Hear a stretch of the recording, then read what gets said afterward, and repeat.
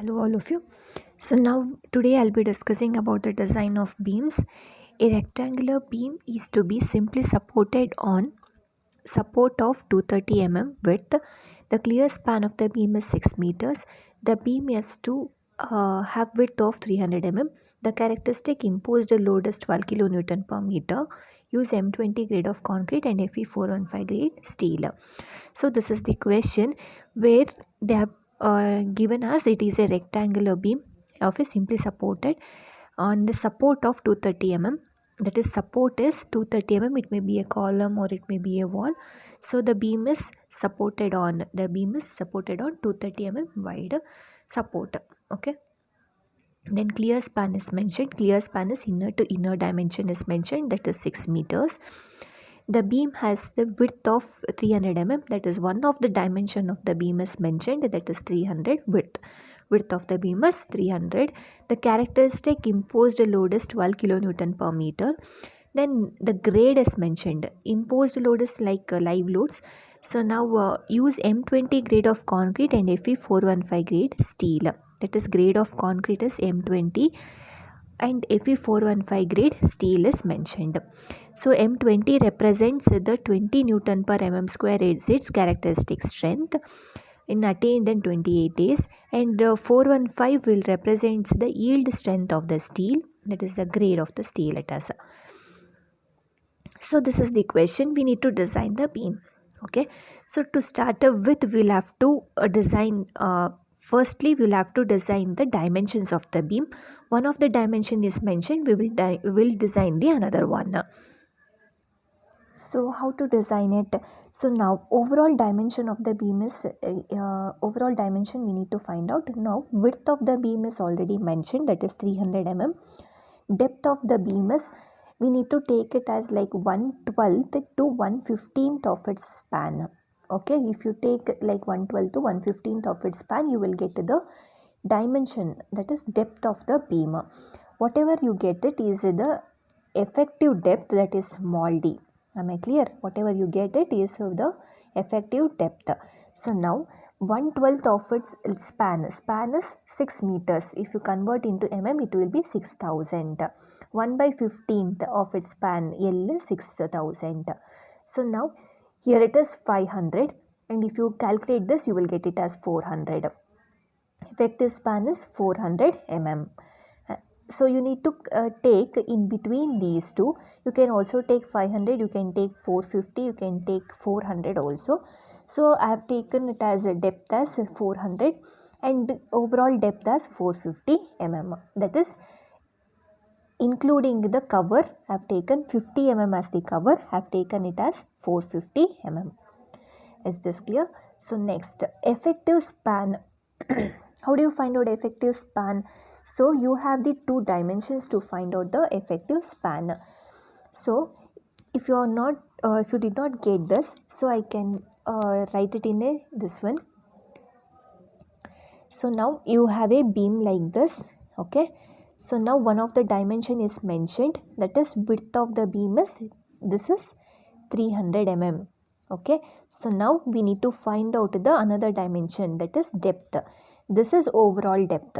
Okay, so now we need to give the reinforcements here.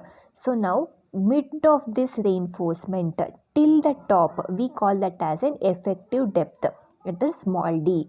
So now from the middle of this till the bottom, we call it as an effective cover, that is d dash. D dash here I have assumed it as in 50 mm. Okay, so now 50 mm. So here capital D will be overall depth. So D plus D dash will give you capital D. D is 400. D dash I have taken it as 50 mm. So total overall depth will be 450 mm. Okay. Next we will calculate the effective span. To calculate the effective span, you need to go with the two equations. As you know, while designing of the beams, we need to go for the effective span, or always whenever you are substituting L, it should be an effective span. To calculate the effective span, they have given us clear span. If sometimes in the question they will mention effective span or a clear span like that. If nothing is mentioned, it is a clear span. If it is effective, they will clearly mention it as an effective span.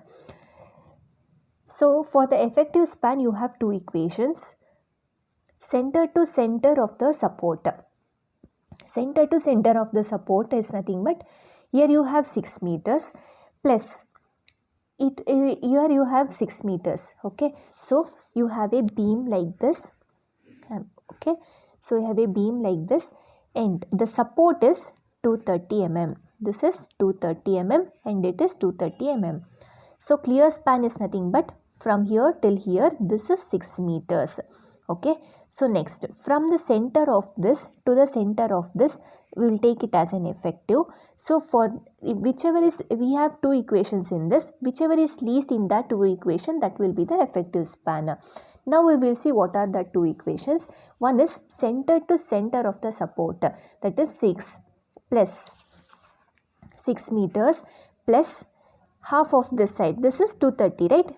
So 0.234 in meters divided by 2, and here 0.23 divided by 2. So total it will become 6 plus 0.23, right? So this is the first equation. Second equation is, so clear span is there, no, 6 meters clear span plus d. D is the effective depth, 6 plus 0.4. So if you calculate in these two, whichever is least in these two equations, that will be the effective span. Okay, so now that is what we have calculated here. So we have two equations. Center to center of the support is 6 plus 0.23 divided by 2 and 0.23 divided by 2. So that will be 6.23 meters. Then comes the second condition, clear span plus d, 6 plus 0.4, so that you will get 6.4 meters. Whichever is least in these two, that will be the effective span. So L is 6.23 meters.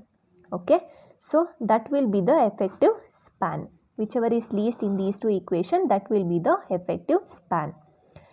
So this is about your second step. Next, we need to calculate the shear forces and bending moment to calculate the reinforcements. Okay, all these structures has to resist the shear forces and as well the bending moments. So what is the maximum bending moment that is taken by the structure, that you need to calculate it. So to calculate that, first we need to calculate what is the total loading coming on the structure. So what is the total loading? Means it will be like dead loads, live loads, wind load, earthquake load, like that you will have a number of loadings. So now imposed load is nothing but the live load, and then self weight, all the structures will have its own weight. We need to calculate that also. So 0.3 is the width of it, to calculate the dead load of the structure. So width is 0.3 and the depth is, overall depth is 450. For meters it will become 0.45. It is nothing but B into D into L into rho. Rho is nothing but the density of the concrete. Okay, B into D into L. What is L? L is nothing but another dimension. This is towards your Z direction. Okay, towards its length.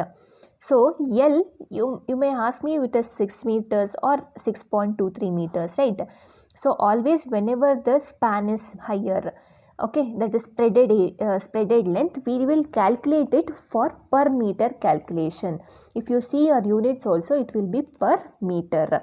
If you calculate it per meter and then if you multiply it by length, it will be fine, right? So always you need to calculate the beams, columns always for per meter calculation.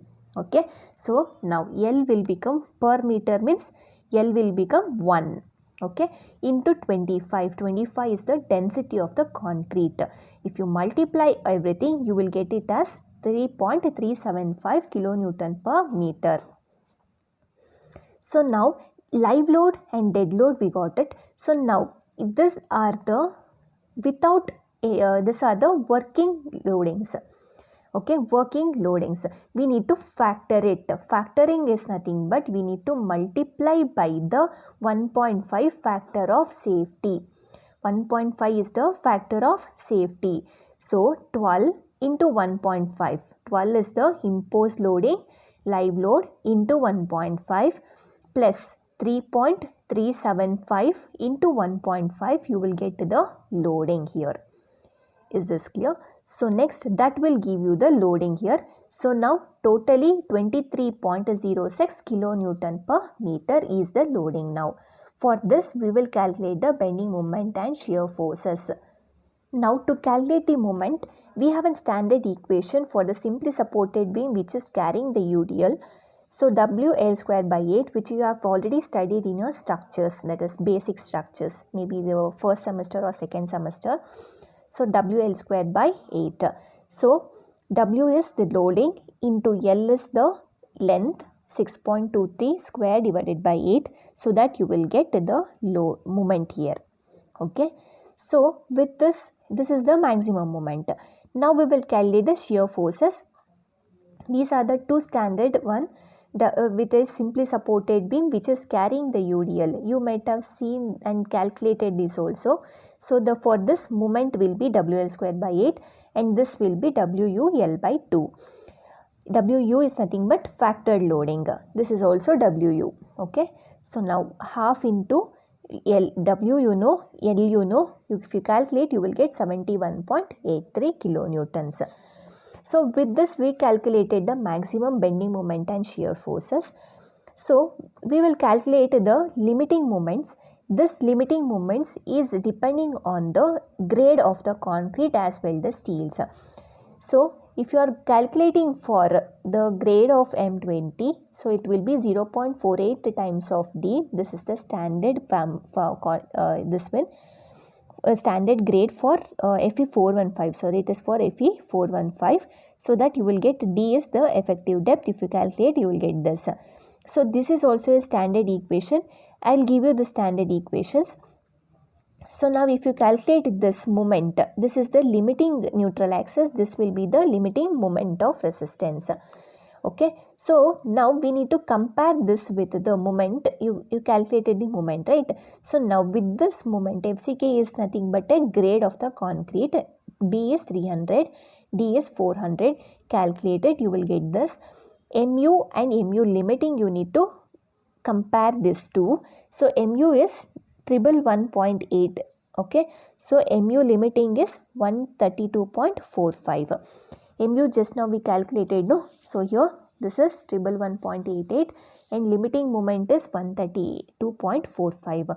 The maximum moment that taken up by this particular section of area and particular this grade is nothing but 132.45 kilonewton meter.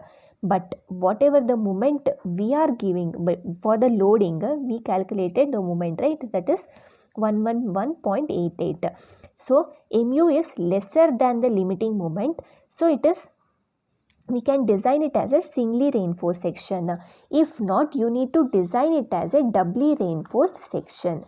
Is this clear? You need to design it as a doubly reinforced section. If this condition was not satisfied, if MU limiting was lesser than the moment which we calculated, or the loading is more, that means indirectly it is the loading is more.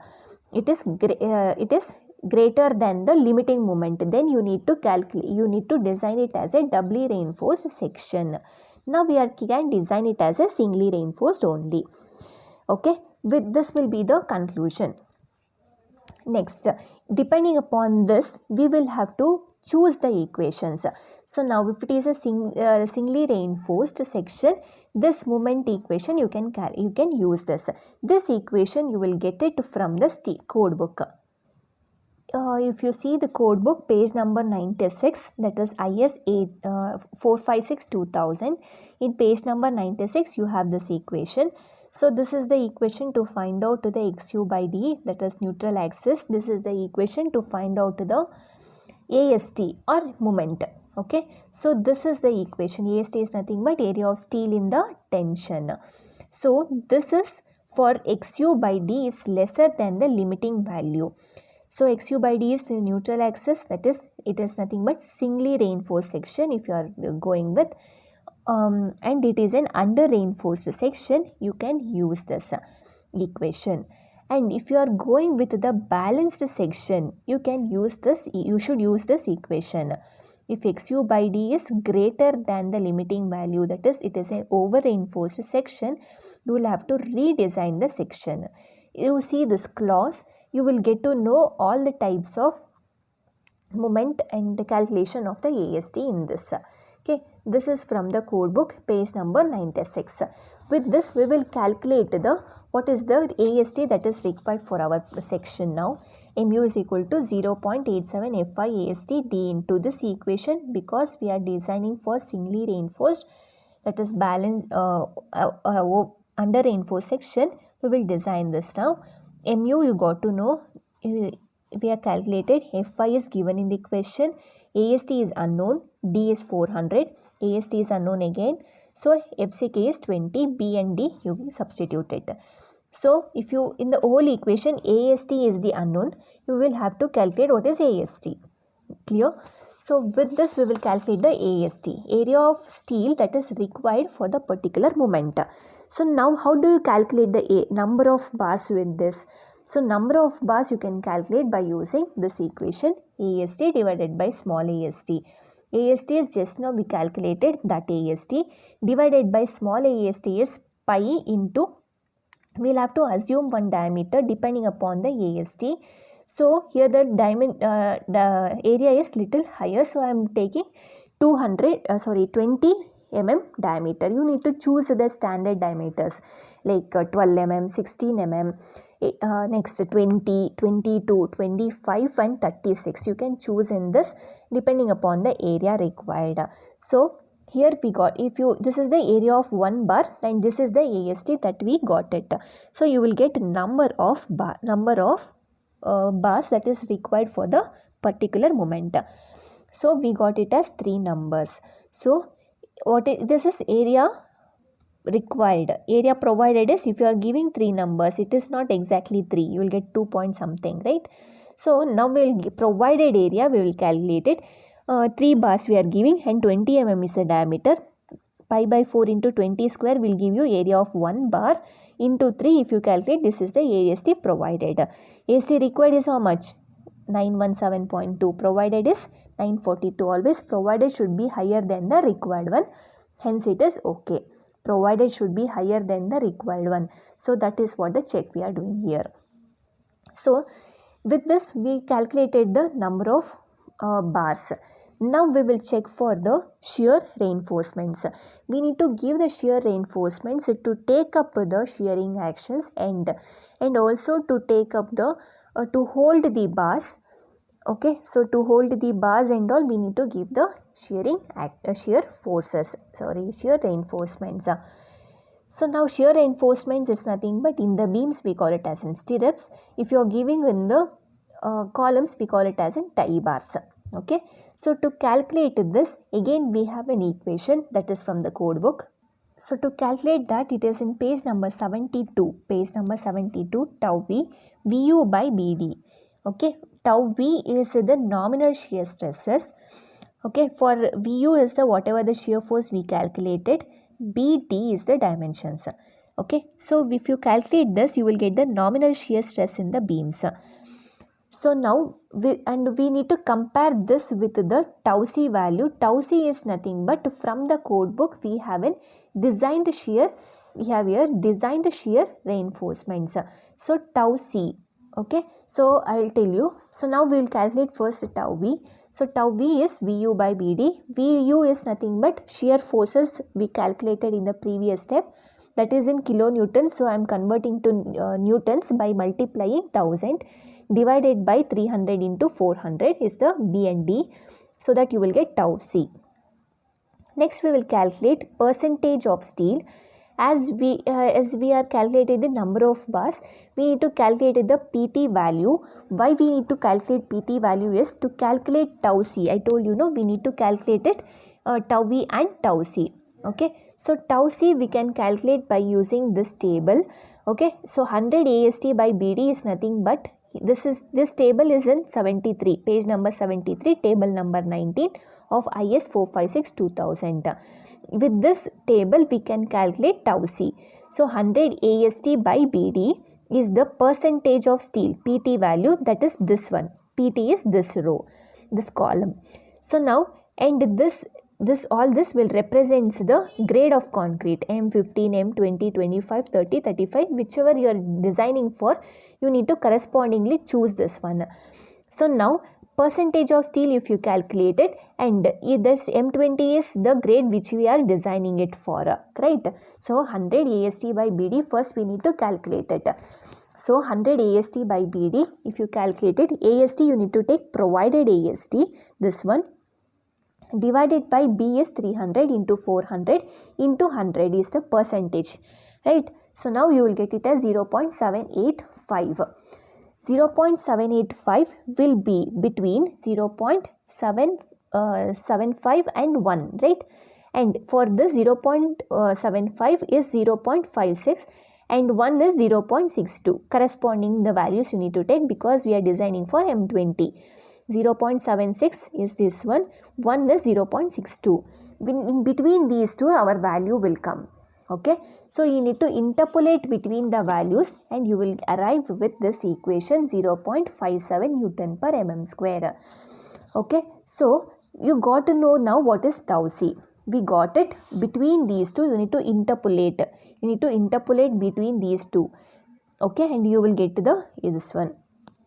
Next, tau c max is nothing but for M20 grade tau c max is 2.8. Okay, so why we are calculating the maximum moment is, so maximum is if you are giving more than this maximum, it will be unsafe. You need to redesign the beams. Okay, so that means, so we need to calculate it between tau v and tau c. Okay, compare it between tau v and tau c. Always tau v, this is tau v actually. Okay, this is tau v, sorry, this is tau v. Tau v you got it as 0.59. This tau c is 0.57. Always tau v should be lesser than tau c. Okay, then only it will be safe for shear. But now we got it as tau v as greater than tau c. So for that we need to give the shear reinforcements. That is fine. We will give the extra reinforcements to take up the shear forces. But what happens here is, so now tau v is 0.599 and tau c max is 2.8. If suppose tau v was greater than 2.8 maximum limit, then you need to redesign it. That means B into D, everything you need to redesign it. But now it is, maybe it is greater than tau c, but it is not greater than tau c maximum value. So now we will just give the extra reinforcements and we will take up the shear forces.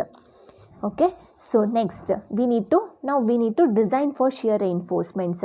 If tau v was lesser than the tau c, then you don't have to give the shear reinforcements. You don't have to calculate the shear reinforcements. You can give the nominal one. Nominal is minimum one you need to compulsorily give for all the members. Okay, how to calculate this now? But now we want the shear reinforcements as tau v is greater than tau c. So that is our conclusion now. Now how to calculate it? What is the extra forces that coming into this one? That we will calculate it now. So now tau c is equal to tau v into BD. Okay. So the shear resisted by the concrete is how much? So now tau c is, we know what is tau c, we know what is B and D. Okay. If you calculate this, you will get to know what is VC.